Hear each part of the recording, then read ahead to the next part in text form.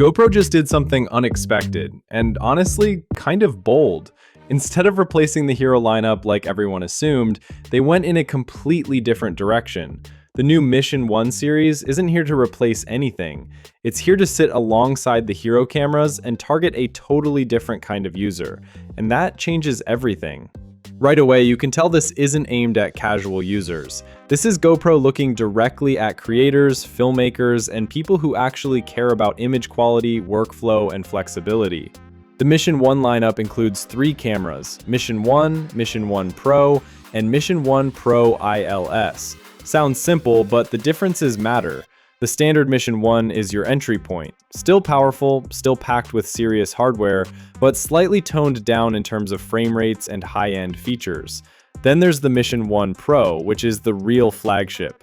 This is where GoPro removes the limits and gives you full performance.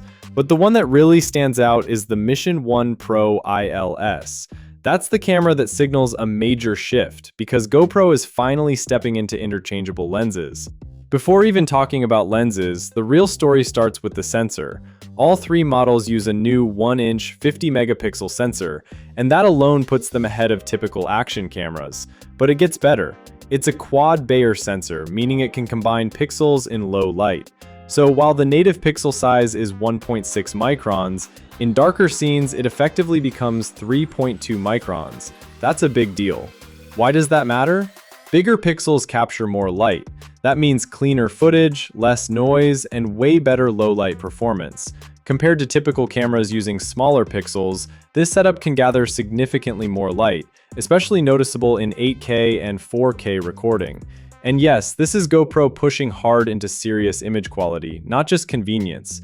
Backing that sensor is the new GP3 processor, built on a 5nm architecture with its own neural processing unit.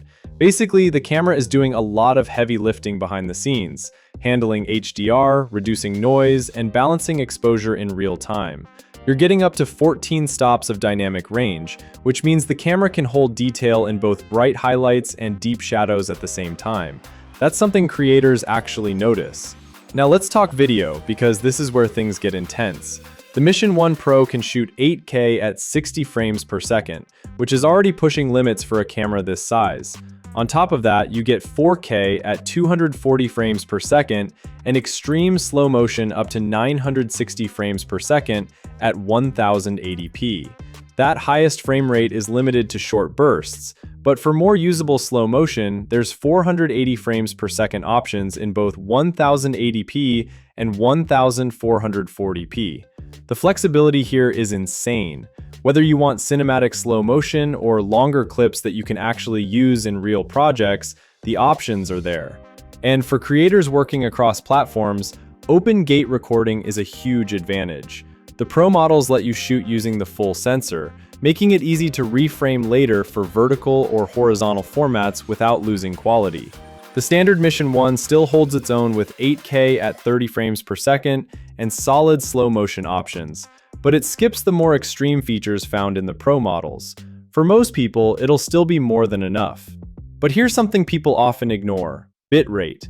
These cameras go up to 240 megabits per second, and that's massive. Higher bitrate means more detail, less compression, and cleaner footage, especially in fast-moving scenes. Add 10-bit color, GP-Log2, and HDR support, and it's clear this is built for serious editing and color grading. Now back to the Mission 1 Pro ILS, because this is where things get really interesting. This version supports interchangeable lenses using a micro 4/3 mount. That means you're no longer stuck with an ultra-wide look. You can go telephoto, macro, even use cinema lenses. It basically turns a GoPro into a modular filmmaking tool. But there are trade-offs. Since it still uses a 1-inch sensor, there's a crop factor, so lenses won't behave exactly the same as they would on native MFT cameras. It's also not fully waterproof like the other models, and there's no autofocus. This isn't designed for quick, casual shooting. It's meant for controlled setups where you actually plan your shots. If you want simplicity, the Mission 1 and Pro stick with a fixed ultra-wide lens and a massive field of view. They're still very much grab-and-shoot cameras, just way more powerful than before. Audio also gets a serious upgrade. You now get 32-bit float recording from 4 built-in microphones. That basically means your audio won't clip, even in loud environments. You can fix levels later without losing quality, which is huge for creators.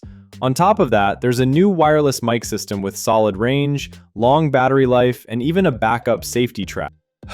Accessories are another big part of this ecosystem. GoPro is clearly thinking beyond just the camera. With bundles like the Creator Edition and Ultimate Creator Edition, you're basically getting a full production setup out of the box, including grips, battery extensions, upgraded media mods, and even an AI-powered gimbal for stabilization and subject tracking. Battery life has also improved, with over 3 hours at 4K and up to 5 hours at 1080p. There's support for ND filters that the camera can automatically detect and adjust for, plus a range of accessories for creators, divers, and rig builders. One thing to note, there's no built-in storage, so you'll need a fast micro SD card. But overall thermal performance has been improved, so these cameras can handle longer recording sessions without overheating. Pre-orders start May 21st, shipping begins May 28th, and pricing hasn't been revealed yet.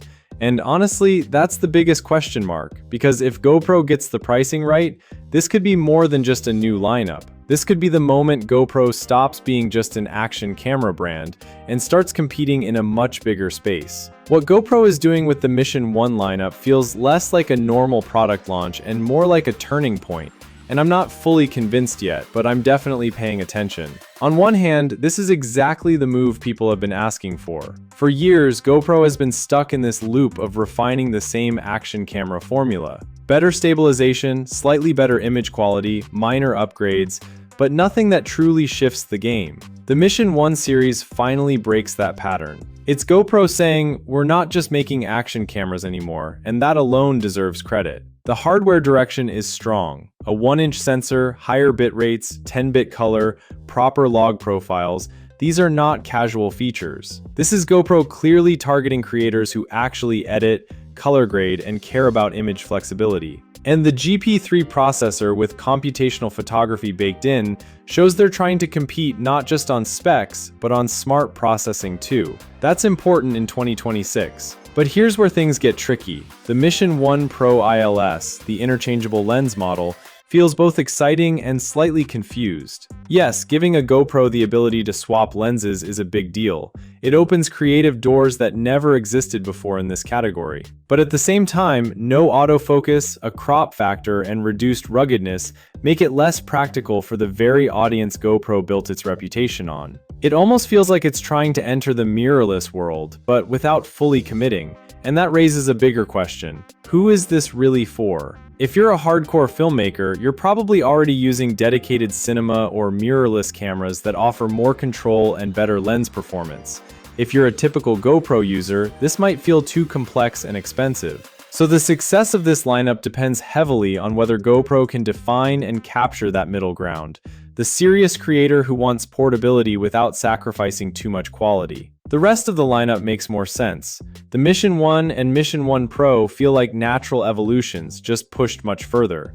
They keep the simplicity but add real power. That balance is where GoPro is strongest. In the end, everything comes down to pricing. If GoPro gets aggressive, this could disrupt a lot of categories at once. If they price it too high, it risks becoming a niche experiment that people admire but don't buy. Right now, I see ambition, I see potential, but I'm still waiting to see if this is a smart expansion or a company trying to be something it's not.